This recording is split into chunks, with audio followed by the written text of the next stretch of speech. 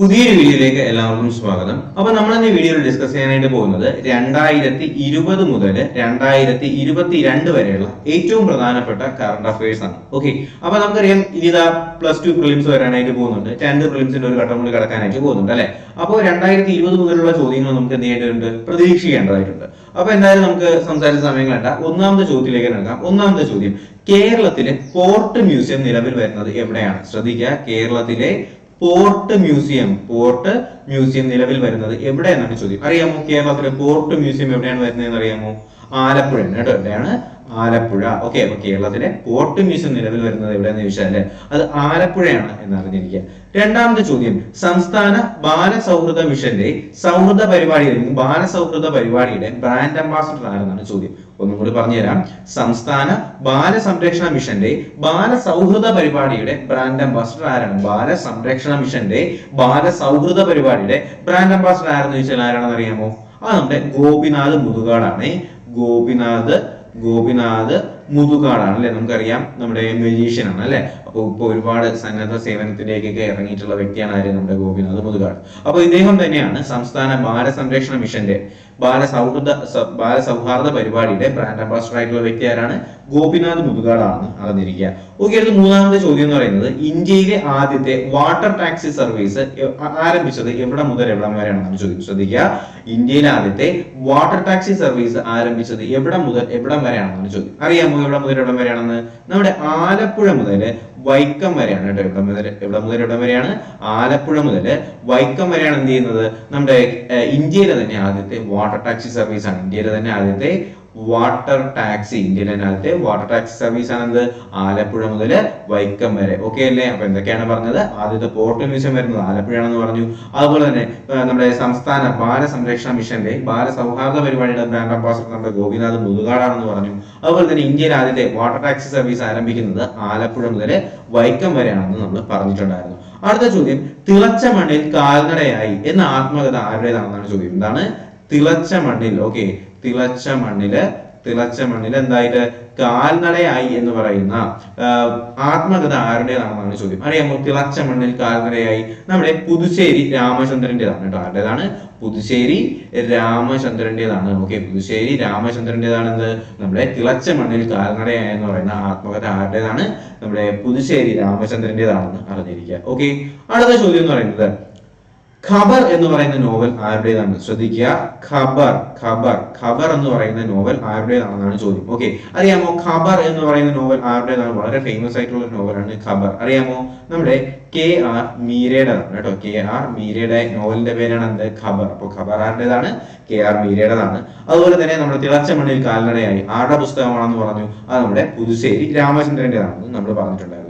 അടുത്ത ചോദ്യം എന്ന് പറയുന്നത്, 2020 കേരളത്തിലെ മാതൃകാ ഉത്തരവാദിത്ത ടൂറിസം ഗ്രാമമായി പ്രഖ്യാപിച്ചത് ഏത് ഗ്രാമത്തെയാണെന്നാണ് ചോദ്യം. ശ്രദ്ധിക്കുക, 2020 കേരളത്തിലെ മാതൃകാ ഉത്തരവാദിത്ത ടൂറിസം ഗ്രാമമായിട്ട് നമ്മുടെ സംസ്ഥാന സർക്കാർ പ്രഖ്യാപിച്ചത് ഏത് ഗ്രാമത്തെയാണെന്ന് ചോദിച്ചാൽ അത് അയ്മനമാണ് കേട്ടോ. ഏതാണ്? അയ്മനം. ഈ അയ്മനം എവിടെയാണെന്ന് അറിയാമോ? അയ്മനം കോട്ടയത്താണ്. അപ്പൊ 2020 മാതൃകാ ടൂറിസം ഗ്രാമമായിട്ട് സംസ്ഥാന ടൂറിസം വകുപ്പ് പ്രഖ്യാപിച്ചത് ഏത് സ്ഥലത്തെ അല്ലെങ്കിൽ ഏത് ഗ്രാമത്തെയാണെന്ന് ചോദിച്ചാൽ അയ്മനമാണ്, കോട്ടയമാണ് അറിഞ്ഞിരിക്കുക. ഓക്കെ, അടുത്ത ചോദ്യം, 2020 ധ്യാൻചന്ദ് പുരസ്കാരം ലഭിച്ചത് ആർക്കാണ്? 2020 ധ്യാൻചന്ദ് പുരസ്കാരം ലഭിച്ചത് ആർക്കെന്നാണ് ചോദ്യം. അറിയാമോ 2020 ധ്യാൻചന്ദ് പുരസ്കാരം ആർക്കാണ് ലഭിച്ചതെന്ന് അറിയാമോ? അത് നമ്മുടെ ജിൻസി ഫിലിപ്പിനാണ്. ആർക്കാണ്? ശ്രദ്ധിക്കുക, ജിൻസി ഫിലിപ്പ്. ഓക്കെ അല്ലെ? ജിൻസി ഫിലിപ്പിനാണ് 2020 ധ്യാൻചന്ദ് പുരസ്കാരം ലഭിക്കുന്നത്. ജിൻസി ഫിലിപ്പിനാണ്. ഓക്കെ, അപ്പൊ ഇതൊരു വോയിസ് ക്ലാസ് ആയിട്ട് മാത്രം നിങ്ങൾ കേട്ടാൽ മതി. ഇത് എന്ത് ചെയ്താൽ റിപ്പീറ്റ് ചെയ്ത് കേൾക്കാൻ നേരത്തെ ഈ കാര്യങ്ങളൊക്കെ അങ്ങ് മനസ്സിൽ പതിയും. ഓക്കെ, അപ്പൊ നമ്മൾ എന്തൊക്കെയാണ് ഇതുവരെ പറഞ്ഞത്? പോർട്ട് മ്യൂസിയം ആലപ്പുഴയാണെന്ന് പറഞ്ഞു അല്ലെ. എന്തൊക്കെ പറഞ്ഞു? നമ്മുടെ പോർട്ട് മ്യൂസിയം നമ്മൾ എവിടെയാണെന്ന് പറഞ്ഞു? ആലപ്പുഴയാണെന്ന് നമ്മൾ പറഞ്ഞു. അതുപോലെ തന്നെ ഖബർ KR മീരയാണെന്ന് പറഞ്ഞു. തിളച്ച മണ്ണിൽ കാൽനടയായി പുതുശ്ശേരി രാമചന്ദ്രൻ. വാട്ടർ ടാക്സി ആരംഭിക്കുന്നത് ആലപ്പുഴ വൈക്കമാണെന്ന് പറഞ്ഞു. 2020 എന്താണ് നമ്മുടെ നമ്മുടെ സംസ്ഥാനത്തെ മാതൃകാ ടൂറിസം ഗ്രാമമായിട്ട് പ്രഖ്യാപിച്ചത് അയ്മനം കോട്ടയമാണെന്ന് പറഞ്ഞു. അതുപോലെ തന്നെ ഗോപിനാഥ് മുതുകാടിന്റെ ചോദ്യം എന്തായിരുന്നു നമ്മൾ പറഞ്ഞത്? സംസ്ഥാന ബാലസൗഹൃദ മിഷന്റെ ബാലസൗഹൃദ പരിപാടിയുടെ ബ്രാൻഡ് അംബാസഡർ ഗോപിനാഥ് മുതുകാടാണെന്ന് പറഞ്ഞു. 2020 ധ്യാൻചന്ദ് പുരസ്കാരം ലഭിച്ചത് ജിൻസി ഫിലിപ്പിനാണെന്ന് നമ്മൾ പറഞ്ഞിട്ടുണ്ടായിരുന്നു അല്ലെ. അപ്പോൾ ഇത്രയും കാര്യങ്ങൾ ക്ലിയർ ആണ്, വേറെ സംശയം ഒന്നും ഇല്ല എന്ന് തന്നെ പ്രതീക്ഷിക്കുന്നു. അപ്പൊ നമുക്ക് അടുത്ത ചോദ്യത്തിലേക്ക് കടക്കാലോ. അടുത്ത ചോദ്യം ശ്രദ്ധിക്കുക. വൈക്കം സത്യാഗ്രഹ സ്മാരക ഗാന്ധി മ്യൂസിയം നിലവിൽ വരുന്നത് എവിടെയാണ്? ശ്രദ്ധിക്കുക. വൈക്കം സത്യാഗ്രഹ സ്മാരക ഗാന്ധി മ്യൂസിയം നിലവിൽ വരുന്നത് എവിടെയാണ് ചോദ്യം. വൈക്കം സത്യാഗ്രഹ സ്മാരക ഗാന്ധി മ്യൂസിയം നിലവിൽ വരുന്നത് എവിടെയെന്ന് ചോദിച്ചാൽ അത് കോട്ടയത്താണ് കേട്ടോ. കോട്ടയത്താണ് വൈക്കം സത്യാഗ്രഹ സ്മാരക ഗാന്ധി മ്യൂസിയം നിലവിൽ വരുന്നത്. ക്ലിയർ അല്ലേ? ഓക്കെ. അപ്പൊ ഇതുവരെ നിങ്ങൾ വീഡിയോ ലൈക്ക് ചെയ്ത് കാണുന്നവരുണ്ടെങ്കിൽ തീർച്ചയായിട്ടും വീഡിയോ ലൈക്ക് ചെയ്യുക. നിങ്ങളുടെ അഭിപ്രായങ്ങൾ തീർച്ചയായിട്ടും എന്ത് ചെയ്യുക? കമന്റ് ആയിട്ട് ഇപ്പൊ തന്നെ രേഖപ്പെടുത്തുക കേട്ടോ. കാര്യം നിങ്ങളുടെ സപ്പോർട്ട് തന്നെയാണ് മുന്നോട്ട് നയിക്കാനുള്ള പ്രചോദനം എന്ന് പറയുന്നത്. അപ്പൊ തീർച്ചയായിട്ടും എന്ത് ചെയ്യുക? സപ്പോർട്ട് ചെയ്യുക, കൂടെ. ഓക്കെ. അപ്പൊ അടുത്ത ചോദ്യം എന്ന് പറയുന്നത് കേരളത്തിലെ ആദ്യത്തെ വനിതാ എക്സൈസ് ഇൻസ്പെക്ടർ ആരാണ്? ശ്രദ്ധിക്കുക. കേരളത്തിലെ ആദ്യത്തെ വനിത എക്സൈസ് ഇൻസ്പെക്ടർ ആരെന്നാണ് ചോദ്യം. എക്സൈസ് ഇൻസ്പെക്ടർ ആരെന്ന് ചോദിച്ചാൽ അത് ഒ സജിതയാണ് കേട്ടോ. ഒ സജിതയാണ് കേരളത്തിലെ ആദ്യത്തെ വനിതാ എക്സൈസ് ഇൻസ്പെക്ടർ ആരെന്ന് ചോദിച്ചാൽ അത് ഒ സജിതയാണെന്ന് അറിഞ്ഞിരിക്കുക. അടുത്ത ചോദ്യം. കേരളത്തിന്റെ ചരിത്രവും പൈതൃകവും ആധാരമാക്കിയിട്ടുള്ള സാംസ്കാരിക സൗധം നിലവിൽ വരുന്നത് എവിടെയാണ്? എന്താണ് ചോദ്യം? സാംസ്കാരിക സൗധം അല്ലെ. സാംസ്കാരിക സൗധം. കേരളത്തിന്റെ ചരിത്രവും പൈതൃകവും ആധാരമാക്കിയിട്ടുള്ള സാംസ്കാരിക സൗധം വരുന്നത് എവിടെയെന്ന് ചോദിച്ചാൽ അത് അനന്തവിലാസം കൊട്ടാരത്തിലാണ്. എവിടെയാണ്? അനന്തവിലാസം അല്ലെ. അനന്തവിലാസം കൊട്ടാരത്തിലാണ്. ഓക്കെ അല്ലെ? അപ്പോൾ കേരളത്തിന്റെ ചരിത്രവും പൈതൃകവും ആധാരമാക്കിയിട്ടുള്ള സാംസ്കാരിക സൗധം നിലവിൽ വരുന്നത് എവിടെയെന്ന് ചോദിച്ചാൽ അത് അനന്തവിലാസം കൊട്ടാരത്തിലാണ് എന്നറിഞ്ഞിരിക്കുക. അടുത്ത ചോദ്യം. കേരളത്തിൽ ആദ്യമായിട്ട് പച്ചത്തുരുത്ത് നിർമ്മിച്ച പോലീസ് സ്റ്റേഷൻ ഏതാണ്? എന്താണ്? പച്ചത്തുരുത്ത്. ഓക്കെ. കേരളത്തിൽ ആദ്യമായിട്ട് പച്ചത്തുരുത്ത് നിർമ്മിച്ച പോലീസ് സ്റ്റേഷൻ ഏതാണെന്ന് ചോദിച്ചാൽ ഏത് പോലീസ് സ്റ്റേഷനാണ് കേരളത്തിൽ ആദ്യമായിട്ട് പച്ചത്തുരുത്ത് നിർമ്മിച്ച പോലീസ് സ്റ്റേഷൻ? അത് നമ്മുടെ തിരുവനന്തപുരത്തെ പാങ്ങോട് പോലീസ് സ്റ്റേഷനാണ്. ഏതാണ്? തിരുവനന്തപുരത്തെ പാങ്ങോട് പോലീസ് സ്റ്റേഷൻ ആണ്. ഓക്കെ അല്ലേ? അപ്പൊ പച്ചത്തുരുത്ത് നിർമ്മിച്ച പോലീസ് സ്റ്റേഷൻ ഏതാണെന്ന് ചോദിച്ചാൽ അത് തിരുവനന്തപുരം പാങ്ങോട് പോലീസ് സ്റ്റേഷൻ ആണെന്ന് അറിഞ്ഞിരിക്കുക. അപ്പൊ നമ്മൾ ഇതുവരെ എന്തൊക്കെയാണ് പറഞ്ഞത്? ഒന്ന് ശ്രദ്ധിച്ചേ. ആദ്യമായിട്ട് നമ്മൾ പറഞ്ഞത് നമ്മുടെ വൈക്കം സത്യാഗ്രഹ സ്മാരക ഗാന്ധി മ്യൂസിയം നിലവിൽ വരുന്നത് എവിടെയെന്ന് ചോദിച്ചാൽ അത് എവിടെയാണ്? നമ്മുടെ കോട്ടയത്താണെന്ന് നമ്മൾ പറഞ്ഞു. അതുപോലെ തന്നെ കേരളത്തിലെ ആദ്യത്തെ വനിതാ എക്സൈസ് ഇൻസ്പെക്ടർ ആരാണ്? നമ്മുടെ ഒ സജിതയാണ് അല്ലെ. അതുപോലെ തന്നെ കേരളത്തിന്റെ സാംസ്കാരിക സൗധം വരുന്നത് എവിടെയെന്ന് ചോദിച്ചാൽ അത് അനന്തവിലാസം കൊട്ടാരത്തിൽ നമ്മൾ പറഞ്ഞു. അതുപോലെ തന്നെ കേരളത്തിൽ പച്ചത്തുരുത്ത് ആദ്യമായിട്ട് നിർമ്മിച്ച പോലീസ് സ്റ്റേഷൻ ഏതാണെന്ന് ചോദിച്ചാൽ അത് നമ്മുടെ തിരുവനന്തപുരത്തെ പാങ്ങോട് പോലീസ് സ്റ്റേഷൻ ആണെന്ന് നമ്മൾ പറഞ്ഞു. അപ്പോൾ ഇത്രയും കാര്യത്തിൽ വേറെ സംശയങ്ങളൊന്നുമില്ല, വളരെയധികം ക്ലിയർ ആണ് എന്ന് തന്നെ പ്രതീക്ഷിക്കുന്നു. ഓക്കെ. നമുക്ക് അടുത്ത ചോദ്യത്തിലേക്ക് കടക്കാം. ശ്രദ്ധിക്കുക. 2020 പത്മപ്രഭ പുരസ്കാരം ലഭിച്ചത് ആർക്കാണ്? പത്മപ്രഭ പുരസ്കാരം ലഭിച്ചത് ആർക്കെന്നാണ് നമ്മുടെ ചോദ്യം. അറിയാമോ? 2020 പത്മപ്രഭ പുരസ്കാരം ലഭിച്ചത് നമ്മുടെ ശ്രീകുമാരൻ തമ്പിക്കാണ്. ശ്രദ്ധിക്കുക. ശ്രീകുമാരൻ തമ്പി. ഓക്കെ അല്ലേ? അപ്പൊ 2020 പത്മപ്രഭ പുരസ്കാരം ലഭിച്ചത് ആർക്കെന്ന് ചോദിച്ചാൽ അത് നമ്മുടെ ശ്രീകുമാരൻ തമ്പിക്കാണെന്ന് അറിഞ്ഞിരിക്കുക. അടുത്ത ചോദ്യം. ന്യൂസിലൻഡ് മന്ത്രിസഭയിൽ മന്ത്രിയായി ചുമതലയേറ്റ ആദ്യത്തെ ഇന്ത്യക്കാരിയായ മലയാളി ആരാണ്? ശ്രദ്ധിക്കുക. വളരെ പ്രധാനപ്പെട്ട ചോദ്യമാണ്. എന്താണ്? ന്യൂസിലൻഡിന്റെ മന്ത്രിസഭയില് മന്ത്രിയായിട്ട് ചുമതലയേറ്റ ഇന്ത്യക്കാരിയായിട്ടുള്ള വ്യക്തി ആര് എന്നാണ്, അല്ലെങ്കിൽ ഇന്ത്യക്കാരിയായിട്ടുള്ള മലയാളി ആരെന്നാണ് ചോദ്യം കേട്ടോ. അത് മലയാളി കൂടിയാണ്. അതാണ് ഈ ഒരു ചോദ്യത്തിന് ഏറ്റവും കൂടുതൽ പ്രാധാന്യമുള്ളത്. പുള്ളിക്കാരി എന്താണ്? മലയാളി കൂടിയാണ്. ഇപ്പൊ ന്യൂസിലൻഡിന്റെ മന്ത്രിസഭയില് മന്ത്രിയായിട്ട് മാറിയ ഇന്ത്യക്കാരിയായിട്ടുള്ള മലയാളി, അല്ലെങ്കിൽ മലയാളി ആരെന്നാണ് ചോദ്യം. ആരാണെന്ന് അറിയാമോ? അത് നമ്മുടെ പ്രിയങ്ക രാധാകൃഷ്ണനാണ്. കേട്ടിട്ടുണ്ടോ? പ്രിയങ്ക രാധാകൃഷ്ണൻ അല്ലെ. പ്രിയങ്ക രാധാകൃഷ്ണനാണ്. അപ്പൊ ന്യൂസിലൻഡിന്റെ മന്ത്രിസഭയിലെ മന്ത്രിയായിട്ട് മാറിയ ഇന്ത്യക്കാരിയായിട്ടുള്ള മലയാളി ആരെന്ന് ചോദിച്ചാൽ അത് നമ്മുടെ പ്രിയങ്ക രാധാകൃഷ്ണനാണ്. ഏത് പാർട്ടിയിലാണെന്ന് അറിയാമോ പ്രിയങ്ക രാധാകൃഷ്ണൻ? നമ്മുടെ ലേബർ പാർട്ടിയാണ്, ലേബർ പാർട്ടിയിലാണ് ഈ പുള്ളിക്കാരി വരുന്നത്. ഓക്കെ, അപ്പൊ ന്യൂസിലൻഡിലെ മന്ത്രിസഭയില് മന്ത്രിയായി ചുമതലയേറ്റ ആദ്യത്തെ ഇന്ത്യക്കാരിയായിട്ടുള്ള മലയാളി ആരെന്ന് ചോദിച്ചാൽ അത് നമ്മുടെ പ്രിയങ്ക രാധാകൃഷ്ണനാണ്. പുള്ളിക്കാരി ലേബർ പാർട്ടിയിലാണ് കേട്ടോ, ലേബർ പാർട്ടിയിലാണെന്ന് അറിഞ്ഞിരിക്കുക. അടുത്ത ചോദ്യം ശ്രദ്ധിക്കുക. കേരളത്തിലെ ആദ്യത്തെ സമ്പൂർണ്ണ മാലിന്യമുക്ത ശുചിത്വ പദ്ധതി അല്ലെങ്കിൽ ശുചിത്വ പദവി ലഭിക്കുന്ന മുനിസിപ്പാലിറ്റി എന്നാണ് ചോദ്യം. ശ്രദ്ധിക്കുക, കേരളത്തിലെ ആദ്യത്തെ സമ്പൂർണ്ണ മാലിന്യമുക്ത ശുചിത്വ പദവി ലഭിക്കുന്ന മുനിസിപ്പാലിറ്റി എന്ന് ചോദിച്ചാൽ അത് വടകരയാണെന്ന് അറിഞ്ഞിരിക്കുക. അപ്പോൾ വടകരയുടെ പ്രത്യേകത എന്താണ്? വടകരയുടെ പ്രത്യേകത എന്താണ്? വളരെ പ്രധാനപ്പെട്ട ഒരു ചോദ്യമാണ്. വടകരയുടെ പ്രത്യേകത കേരളത്തിലെ ആദ്യത്തെയാണ് കേട്ടോ, കേരളത്തിലെ ആദ്യത്തെ സമ്പൂർണ്ണ മാലിന്യമുക്ത ശുചിത്വ പദവി ലഭിക്കുന്ന മുനിസിപ്പാലിറ്റി. സമ്പൂർണ്ണ മാലിന്യമുക്ത ശുചിത്വ പദവി ലഭിക്കുന്ന മുനിസിപ്പാലിറ്റിയാണ് ഏതെന്ന് പറയുന്നത് നമ്മുടെ വടകര. കേരളത്തിലെ ആദ്യത്തെ സമ്പൂർണ്ണ മാലിന്യമുക്ത പദവി ലഭിക്കുന്ന മുനിസിപ്പാലിറ്റി എന്ന് ചോദിച്ചാൽ അത് ഏതാണ്? വടകരയാണെന്ന് അറിഞ്ഞിരിക്കുക. ഓക്കെ അല്ലേ? അതുപോലെ തന്നെ കേരള പോലീസ് നിലവിൽ ഇപ്പോൾ എന്ത് ചെയ്യുന്നുണ്ട്? എല്ലാ സേവനങ്ങളും ക്രോഡീകരിച്ചുകൊണ്ട് ഒരു ആപ്ലിക്കേഷൻ പുറത്തിറക്കിയിട്ടുണ്ട് അല്ലെ കേരള പോലീസ്. ആ ആപ്ലിക്കേഷന്റെ പേരെന്താണെന്ന് അറിയാമോ? പൊൽ ആപ്പ് എന്നാണ് അല്ലെ, പോലീസ് ആപ്ലിക്കേഷൻ അതാണ് പൊൽ ആപ്പ് എന്ന് പറയുമ്പോൾ നമ്മൾ തന്നെ പറഞ്ഞു അത് കൊല്ലാപ്പ് എന്നാക്കി അല്ലെ. അപ്പൊ കേരള പോലീസ് ആരംഭിച്ചാലും കേരള പോലീസിന്റെ എല്ലാ സേവനങ്ങളും ഒരുമിച്ച് കൊണ്ടുവരുന്ന ആപ്ലിക്കേഷന്റെ പേരാണ് എന്ത്? പോൾ ആപ്പ് അല്ലെങ്കിൽ പൊല്ലാപ്പ് എന്നൊക്കെ നമ്മളിപ്പോ പറയും. അപ്പൊ 2020 ശ്രീകുമാരൻ പത്മപ്രഭ പുരസ്കാരം ലഭിച്ച ആർക്കാണ്? നമ്മുടെ ശ്രീകുമാരൻ തമ്പിക്കാണ്. ന്യൂസിലൻഡിലെ മന്ത്രിയായിട്ട് മാറുന്ന ഇന്ത്യക്കാരിയായിട്ടുള്ള മലയാളി ആരെന്ന് ചോദിച്ചാൽ അതാരാണ്? നമ്മുടെ പ്രിയങ്ക രാധാകൃഷ്ണനാണ് അല്ലെ. പ്രിയങ്ക രാധാകൃഷ്ണനാണ് എന്ന് നമ്മൾ പറഞ്ഞിട്ടുണ്ടായിരുന്നു. പ്രിയങ്ക രാധാകൃഷ്ണൻ ലേബർ പാർട്ടിയുടേതാണ്. അതുപോലെ തന്നെ വടകരയുടെ പ്രത്യേകത ഓർമ്മയുണ്ടോ? എന്താണ് വടകരയെ കുറിച്ച് നമ്മൾ പറഞ്ഞിട്ടുണ്ടായിരുന്നത്?